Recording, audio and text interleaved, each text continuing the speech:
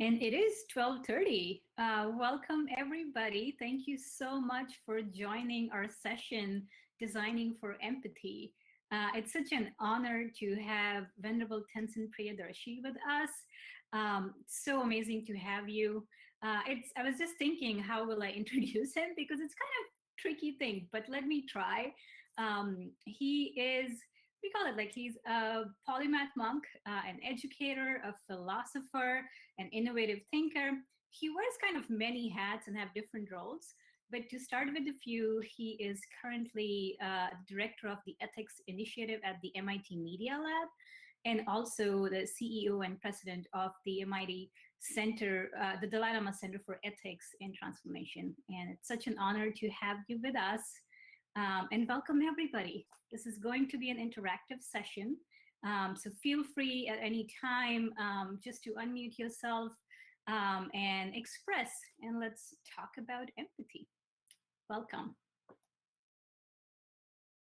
Thank you. I presume you can all hear me okay. It's a delight and a pleasure to be able to connect with you virtually.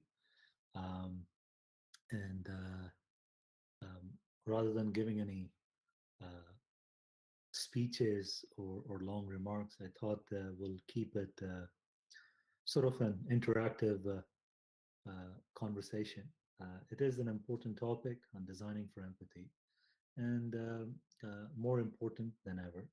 Now, uh, I think first thing to focus, at least at this time in our world, is to understand that empathy also begins firstly with a sense of self-care, how to take care of oneself in a healthy manner. And as we understand self-care, then we can understand how to better take care of people around us. The roots of empathy would be in the sense of care and the sense of compassion. And one of the key ingredients when we talk about empathy is our ability to enhance an already existing quality in ourselves. You see, the human brain um, is designed, with these billions of neurons that are constantly talking to each other. And among these features, one subset of such feature is called mirror neurons that allows us to mimic or copy the the feelings of others and to be able to sort of uh, even passively recognize what others might be going through. Now, that's just the entry point. And one thing that we can do to master it better is to nurture the practice of deep listening. And deep listening is really a core to fostering empathy, and more importantly, when we are talking about designing for empathy. What does deep listening mean? Deep listening implies, firstly, that everybody has a voice. Just like I want to speak, others may also want to speak. Just like I wish to speak my own mind and heart, others wish to speak their own mind and heart. And others cannot speak if I'm the only one talking. So deep listening implies at some point that I also be quiet. This ability to pause, the ability to pause and listen to others. And listen to others with a sense of openness, with a sense of curiosity, asking the kinds of questions that are encouraging, asking the kinds of questions that allows us to learn a bit more about the other person, about the other individual, to learn a bit more about their needs, their aspirations, their sense of happiness. And in that process of deep listening, we might actually connect at a deeper level to be able to understand shared values, meaning that in this process of deep listening, we may actually recognize that what I value in myself are perhaps the same things that the others also value in themselves. That what we value in this world are also perhaps the things that others might value in this world. And that sort of forms this beautiful connection to truly understand each other. You see, we humans by design are social creatures, meaning that we perform optimally when we understand this sense of interconnectedness, that we cannot grow in isolation, we cannot thrive or flourish in isolation, that we thrive and flourish by making good friends. And in order to embark on this journey of good friendship, we must sort of truly understand this process of deep listening. So sometimes quietness, sometimes openness, sometimes a sense of curiosity, but everything deeply rooted in the sense of care, in the sense of compassion. That we human beings, we always have a choice to be kind, to be much more kinder than we have been the day before or the week before. And just like we appreciate kindness and compassion in others, others would appreciate kindness and compassion in us. So it is up to us to bring more this sense of kindness and compassion into this world, into our group, into our communities. And it is something that we must try to pay attention to every day. And when we are able to do that, then when we are designing things, when we are inventing things, to make this world a better place for everyone, we will have better sense of knowledge, we'll have better sense of what is truly that people need, what is truly that would make everyone uh, uh, happy and healthy and so on. And then that allows us to uh, nurture a different kind of imagination, a different kind of imagination that is again rooted in the sense of care and compassion. So I think one thing that I would focus more on is this aspect of self-care, and then the other aspect of deep listening. And that if you're able to just nurture these two qualities day by day, you will see your sense of empathy growing. You know, it's like a ripple effect. When you grow it in yourself, it's like a ripple effect. It's a wave of compassion that you create around yourself in a manner that even people around you would recognize it. And people around you would say, I like hanging out with this person. I like hanging out with this individual because when I'm in their presence, I feel a sense of encouragement. I feel a sense of kindness. I feel good. And so we must try to become that kind and compassionate presence for all our friends, for all the people around us. So maybe I'll take a pause here and just see what kind of questions or curiosities you might have, and see if I can add my 2 cents to it.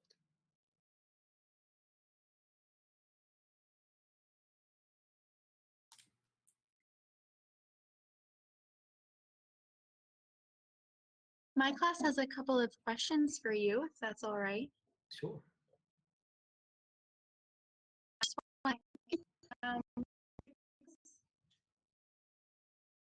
Thank so you. our video camera is not working now. So we have to come to session. Do you want to come here? Jessica, I cannot hear you very well. Maybe better to type questions. Why did you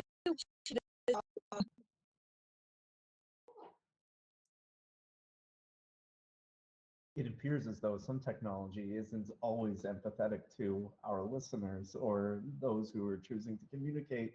Sorry, Jess, but if you can type those in the public chat, I'm sure we'll be able to get those questions answered. Yeah, I was going to suggest that. Oh, I apologize. I think we will be writing our question. Thank you. And while Jessica is typing the question, others, yeah, feel free to. I know it's yeah practicing listening right now, but we'll also encourage everybody to express your thoughts, comments, and questions. Hello. Thank you, Alicia. I'm Sarah. I'm joining a little bit late. I just wrapped up a session. So I jumped in on the conversation of empathy and sharing empathy and how that affects those around us. Um, in doing so and expressing our empathy, how is that recognized and how does that differ from person to person? So if we're empathetic, is that always being recognized as being empathy? Because there's a difference between empathy and sympathy. So sympathy, I was taught, was not a very useful feeling, but empathy really shows and grows and helps lift people up. And how do we know the difference? Well, that's a very good question. I think one distinction is that um, in empathy or in the experience of empathy, we treat everybody as equal. We want to treat others as we are being treated. It's oftentimes expressed in this idea of being in somebody else's shoes. Sympathy or this feeling of pity at times gives an individual a sense of superiority. And what we truly want to promote in society is a sense of egalitarianism, meaning a sense of uh, that we are all humans, we are all living, breathing creatures, and that there should be some level of equality in that. And empathy really is being sort of at the same level as the other individual, and not having the sense of superiority of I'm better than you, and so on. And empathy again forms as a wonderful sort of this is a segue into a world of cooperation versus a world of competition. That in the complex world that we live in, the power of cooperation is much higher. It has much sort of long-term arc of growth. And in order to, again, cooperation also ought to bring out the best in each other.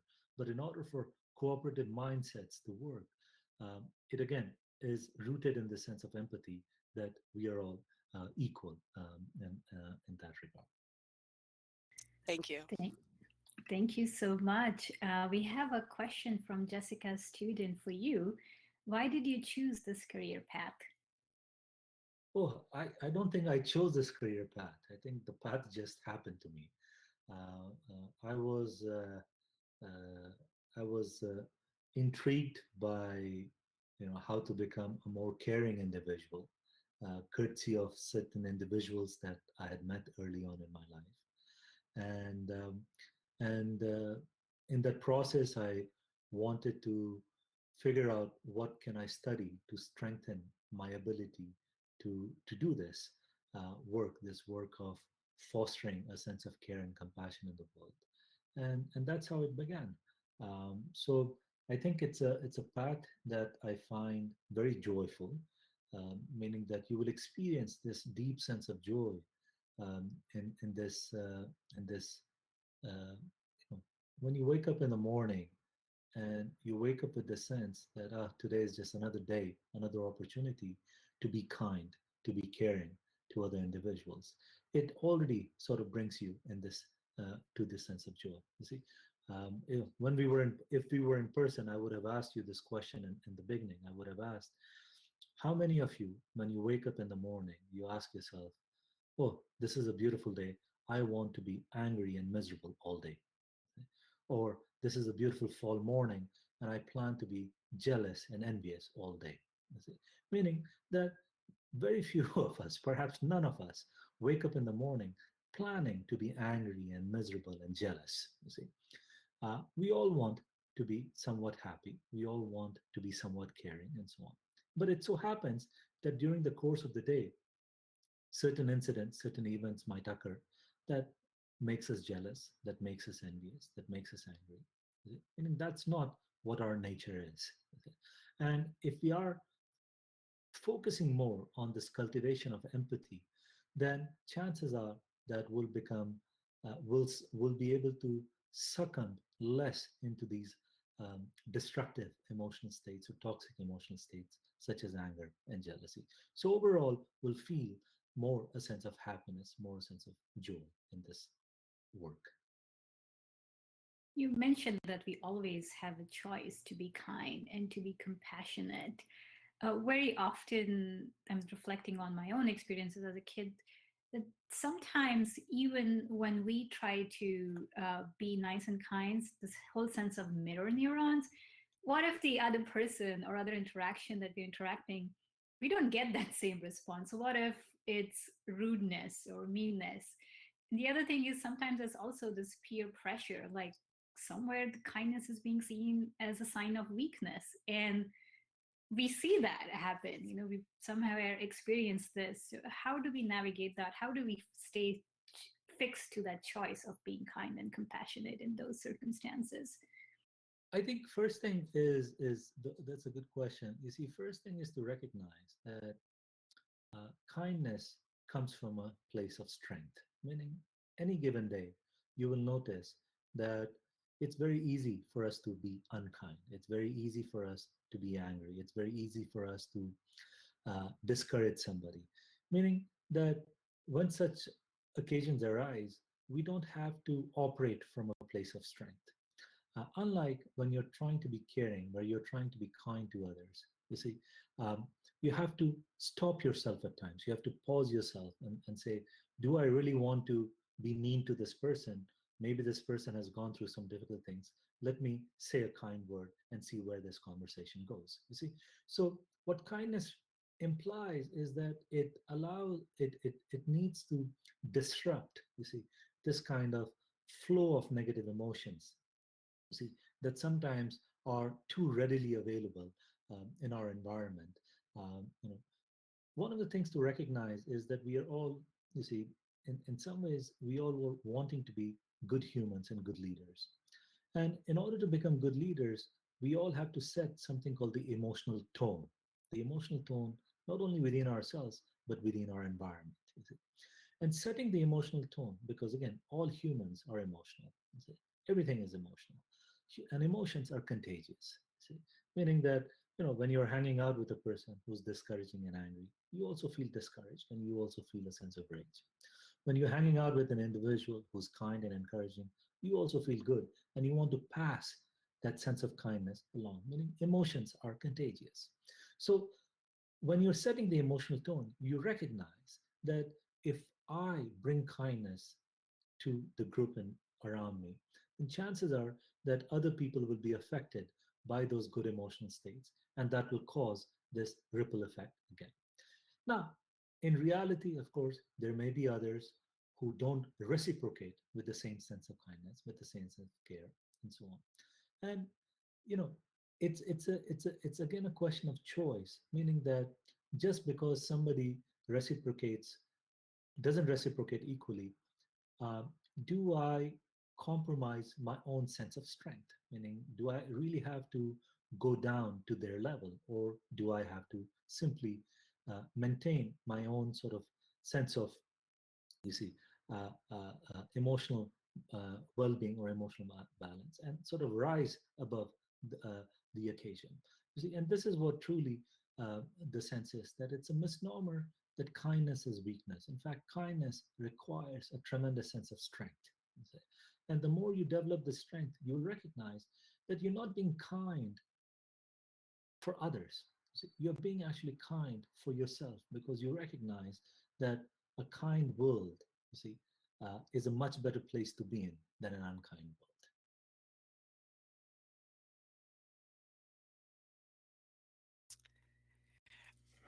Thank you. I just wanted to touch on that because in the maker-centric learning area, it sometimes takes, you have to be able to go ahead and maybe make a mistake, and to fail in front of your peers or your colleagues and still have a good attitude and maintain that. How does that encourage, I guess the question is not how does it encourage others, but to what extent could our internal, um, like you said, kindness is for ourselves, but it can be for others when we show that we have kindness for ourselves. We're not so hard on ourselves when we make a mistake. If we're building a robot, we make a mistake. It's okay to fail. It's okay to not get it perfect, and then for others to see that, and failure is not the end. It means that that's how we learn. And what is the link between, I guess, kindness for ourselves, and also showing that for others, patience. Because sometimes there's not a lot of patience in the world that we work in the world that we learn in, and we're expected to have the answers, and it doesn't leave a lot of room for that growth. Yeah. No, thank you for that. I think patience is a challenging virtue, but the more we try to sort of cultivate this quality of deep listening, it will also nurture our ability to be patient, because then we truly express this sense of curiosity and interest in the other. And even something like listening patiently, you see, is a very useful quality. You see, the thing about failure is that failure simply highlights one of the wonderful qualities that we possess as humans: resilience, meaning that we all have the ability to bounce back, at different pace, but we can bounce back from these kinds of failures. And recognizing that this thing called success, in human history, you will almost never read about or meet an individual who has been successful from the very get-go. We generally tend to focus too much on the stories of success, but we don't focus on the numerous failures, even the geniuses that inspire us or who are role models, that you will see that even in their own lives, they have gone through numerous failures to come to that moment of success. One thing to recognize with kindness in this thing is that we are all bound to fail at one point or the other, meaning that that is the process of learning, that is the process of growth. And just like, when we fail and we want others to be more understanding, more patient, and work together until we reach another moment of success. You see, similarly, others might anticipate the same. And so it is, again, in our mutual interest to cultivate this sense uh, of patience, again, rooted in the sense of care, um, that my sense of happiness is really interconnected with your sense of happiness. My sense of success is really interconnected in your sense of success. That's what the complexity of this world is. Thank you so much. We have so many questions from the audience in the chat. Let me start with the one that resonates, youth voice. My daughter sees bullies at school. How can a grade 6 girl stand up to others who are bullying a friend? I think, again, this is where I will say again that kindness is from a place of strength. You see, it's easy to bully, you see, and people bully out of their own sort of sense of selfishness, or even their sense of fear, or their sense of competition, and so on. Meaning that uh, when you see such activities around you, you see, you must support the individual who's being bullied. You see, you must not stay silent, or at times, if it's if it's necessary, uh, try to talk to the individual that it's not a good thing. If the individual is not listening, then maybe perhaps gather a few more friends and talk to them and say that this act is not a good act. You see, uh, and this is something that again we must understand, that nobody desires to be bullied. See. And so we should not encourage this kind of toxic behavior or toxic interaction anywhere, anywhere in the world, whether it's school or whether it's society at large, and so on.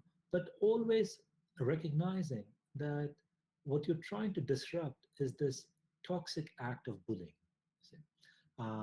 It's not so much about that the person is evil or the person is bad and so on. That we must make this kind of distinction. Again, this requires a sense of patience, that we must believe in the power of change. You see, that everybody should be given an opportunity to change. Okay? And with your sense of kindness, again, and kindness, you see, a wonderful sense of kindness also comes from a sense of fearlessness. You see, as I said, kindness comes from a place of strength, and fearlessness is a place of strength. You see, so in these kinds of scenarios, it's useful to recognize fearlessness and recognize the sense of kindness and stand up for what is right. We have another question from Elisa Antle. Can you talk more about designing technology or something with empathy? What practices might support this? So first thing is, as I said, this aspect of deep listening is important. Meaning, who's it that you're designing for? There are many designers who might say, "I'll just design something for myself, and if it's useful for the world, that's fine. If it's not useful for the world, I'm content with what I'm designing." But that's not necessarily always a good design. You see. So when you're designing, you're always asking the questions of who is it for? How does it bring any benefit to the subset of population that I'm designing it for? How does it really make things better or not? And in order to answer those questions, you have to ask questions, and you have to ask those questions of those individuals, and you have to listen well, and you have to listen deeply. Meaning that, oftentimes we get into this mindset that I'll design something and it'll change the world, you see, but not necessarily uh, listening to what people actually need.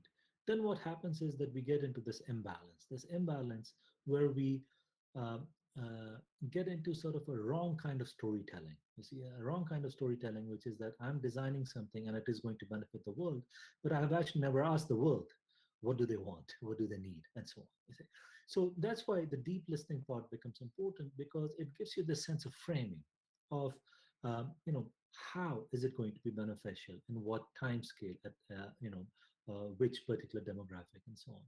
And then this form of deep listening also helps with this iterative process, meaning design is not a stagnant process. It's an iterative process, meaning you're always designing version 1.0, version 2.0, version 3.0, and so on. And in all that process, what you're doing is that you're listening to others. You're designing some things and you're saying, okay, does it really work? Does it actually do what I intend it to do, and so on. The other aspect that becomes very important is in this process of deep listening is that you're able to truly become somewhat futuristic in the idea that you're not waiting 1 or 2 years down the road to recognize what are the pros and cons of your design. Okay? That you're almost simultaneously to the process of development trying to recognize what are the pros and cons of your design. You see? And this is what I've tried to refer to as ethical imagination. You see? That we need to promote this sense of ethical imagination where we are not waiting, you see, a year or two down the road or 3 years down the road to recognize what might be the cons, what might be the possible cons of the design. Now, humans, historically, we have learned from errors. We make errors and we learn from them, and that's a good trait. But sometimes we have to recognize that the scale or the gravity of our errors might be so big that it is difficult to correct it. For example, climate change, you see. So in those kinds of circumstances, it is better to be able to have the sense of ethical imagination to know really what are the pros and cons in, in I mean in consecutively to how we are designing these things. So these are the faculties that I wish for, and I hope that many of the designers will pay attention to. I love what you shared about ethical imagination. It's true that this act of refining, as you mentioned, it lies with connecting with people, connecting with things around, and then making those ethical decisions. A few of the people in the audience, they're asking about the pandemic connection. So with a pandemic going on, how is this really affecting empathy? And there's a follow-up question to that. Do you believe the need for kindness and empathy has gone up since the pandemic? The thing is, it's that the need for kindness and empathy is always there. It's just that we tend to pay attention to it more in times of crisis. And in fact, if humans paid attention to the need of kindness at all times or at most times, chances are that we'll deal with crisis much better.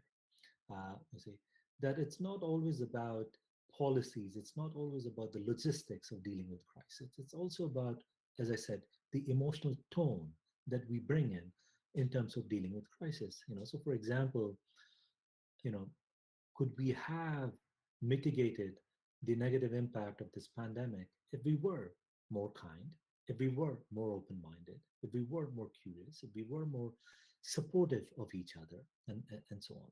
Meaning, again, it is about what we bring into such moments of crisis. The other problem with crisis is, like most crises are short lived, you see, in the span of time. And it happens that we may reach a peak point of empathy and kindness, and as the crisis begins to wane, our sense of kindness and empathy also at times begins to wane. But that's where, again, the irony is that we as humans must recognize in all of our talk around sustainability that we must be able to sustain this sense of kindness. We must be able to sustain this sense of empathy. So this pandemic, it is truly a recognition that we humans um, need to be more kind to each other, need to be more open-minded, and not have too many fixed plans. You see what I mean by not have too many fixed plans? You see, for example, when people ask you, where do you see yourself in 3 years from now? Or where do you see yourself from 5 years from now? You see, people who answered this question in 2015, pretty much 99% of them were absolutely wrong. You see, meaning that in 2015, nobody could have predicted that in 2020 we'll be at this particular stage in life. You see, meaning that we can plan where we'll be 3 years or 5 years from now. What we need to have a sense of openness towards the unknown, a sense of openness towards uncertainty. And that's what I mean by the ability to be resilient. Make plans, but don't become too attached to it. Have this ability, this elastic ability to be nimble, you see. And, and that's one of the qualities, again, that we ought to develop as individuals, as designers, the sense of nimbleness, the sense of flexibility, so that we don't become too rigid or too brittle in our thinking.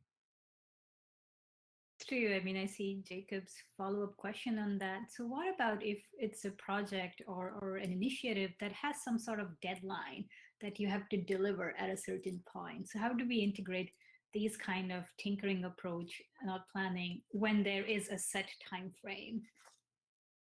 But when you have a set time frame, you operate as if that is the set time frame, meaning that there's a fine balance between uh, thinking in an elastic manner, but using it as a way of procrastination, you see, versus a thing that, many things that we are working on, they may carry within them a sense of urgency. I say. And deadline precisely means that it doesn't mean that all our project is complete. You see. It simply means that for that particular project, let's finish it, within this time period. And then we go from there. We go and we say, do we make it better in this way? Do we start another project, and so on?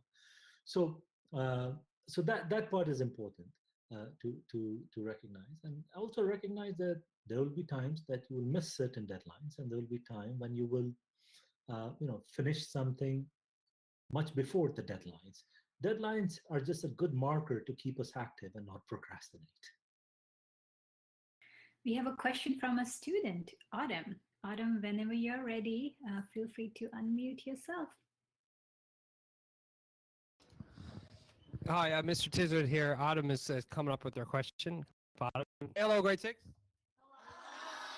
Hi.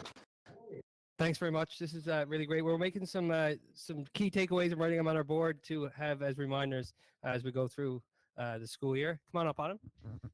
Here's Autumn. When we hear you speaking about empathy and being kind, it seems like such a complex but simple act. What do you feel is the main reason people struggle so much with practicing empathy and kindness? Watching what? Sorry, I missed that word. The question was, when we hear you speak about empathy and being kind, it seems like such a complex but simple act. What do you feel is the main reason people struggle so much with practicing empathy and kindness? It's actually not complex.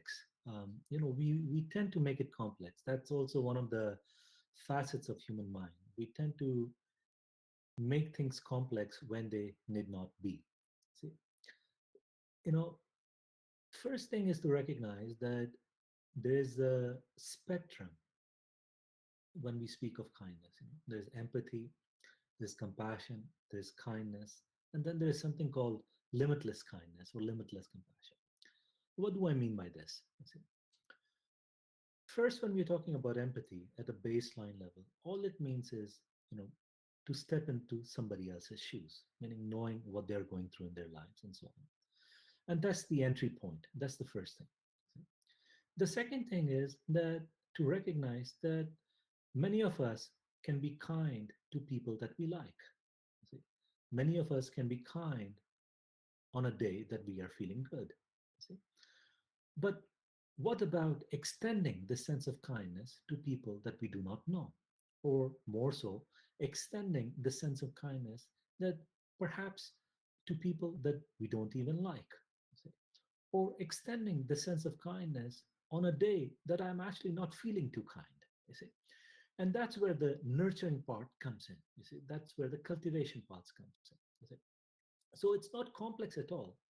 It's building this sense of capacity, you see, building the sense of capacity that how can I, as an individual, be somebody who can manifest most amount of kindness for most part of the time, not all the time, but for the most part of the time in my day-to-day life, that even when I'm not feeling that great, I can still say a kind word, I can still smile at somebody, and that will make their day. uh, we all don't need to think about big acts of kindness. One of my mentors that I had the pleasure of being with for a number of years, Mother Teresa, uh, she used to often say that we all, we should not be preoccupied about doing great acts. You see, all we should do is even small acts, but with great kindness. So it's not about just doing big activities. It's about even saying a kind word, saying an encouraging word, helping somebody at times. But this is a spectrum. You see, just like any kind of capacity building exercise, any kind of strength development exercise, we take it stage by stage. That's beautiful. Thank you. We have another question from Mr. Sampson's grade 8 class. How do you think social media outlets could improve using a more empathetic design model? I think they could use it a lot, and I think they should ask you for your advice on this for sure. You see, one of the things about technology such as social media is that it augments human behavior. And this is again where, if I go back to this idea of ethical imagination, is that we have to ask ourselves, the pros and cons of designing a platform that we use to express ourselves. Meaning that if we simply use that platform to express our disagreements, to express our sense of jealousy, to express our sense of hatred, then the world becomes a much hateful place. And that's where social media is today. Meaning that people who were designing social media, in their mind, they thought they were designing something that would bring the world together, that will shrink the world into this platform where people can talk to each other more freely.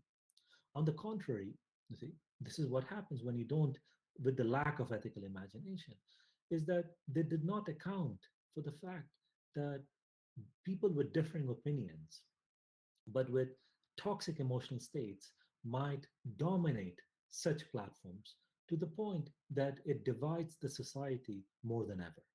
You see? So we need more thoughtful designers to come and be part of this, to say, how do we design new kinds of algorithms? How we design new forms of platforms that truly connects the world in a manner where, yes, disagreement is allowed, but it need not be vicious.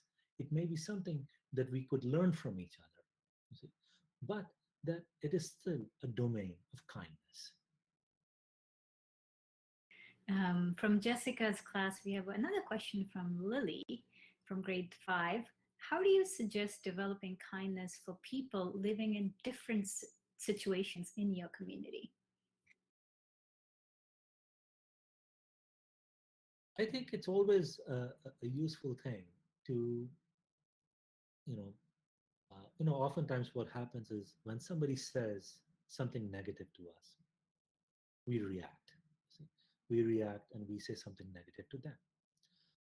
Then they get bitter, they say something more negative, and then we add to it and we say something more negative. See? And this is how we escalate bitterness, even in a seemingly harmless conversation or interaction. And this is where sometimes a pause is helpful, meaning somebody says something negative, and simply to pause and say, why is this person saying this? Does this person really mean it? Maybe this person also had a hard day. Maybe this person doesn't really understand who I am. Maybe this person is misinformed, and so on. Meaning that when we pause and we ask all these questions, you see, it prevents us from this immediate reaction. You see, then we are able to come up with a more mindful, more thoughtful response to the scenario.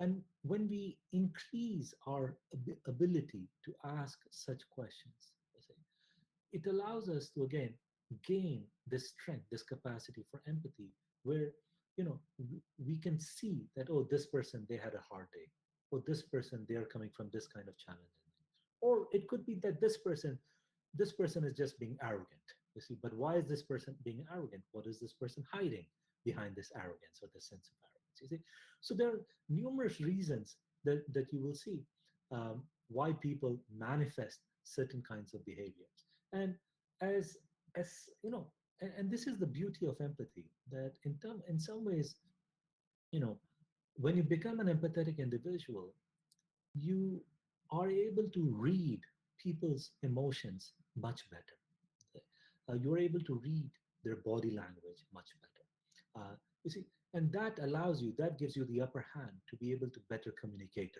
with other individuals. So, kindness could mean many things. You see, it doesn't mean one thing. It's a whole spectrum. And the response to kindness also means many things. Sometimes you're gentle, sometimes you're stern, sometimes you're assertive, sometimes you're expressing something else. They can all be done with great kindness.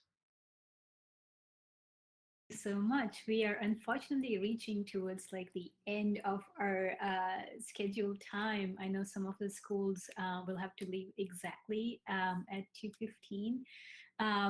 But I just want to take this opportunity and thank you for this beautiful and thoughtful conversation. It's indeed, as you said, we need to focus more on this ethical imagination. And we all have a choice to be empathetic, to be compassionate, to be kind, even with people who think differently than us. I want to thank everybody for joining us and want to remind you, as we were talking about integrating empathy into the design element, we have a sustainable entrepreneurial design challenge that we are pursuing throughout the speaker series. And based on this amazing discussion, we have a follow-up activity that might help you generate some ideas, keeping empathy as focus, listening to people and the community, and iterating and refining that process. So let us know if you're interested, and feel free to write to us. We have support available. And again, thank you so much for this heartfelt conversation. It would be amazing if we can all just unmute ourselves quickly just to thank Venerable Tenzin Priyadarshi for his time and beautiful conversation. Thank you. Thank you so much. Thank you so much. Thank you. Thank you, everyone. Thank you. And thank you for all of you for joining us and making this conversation more interactive and bringing your ideas and perspectives and questions.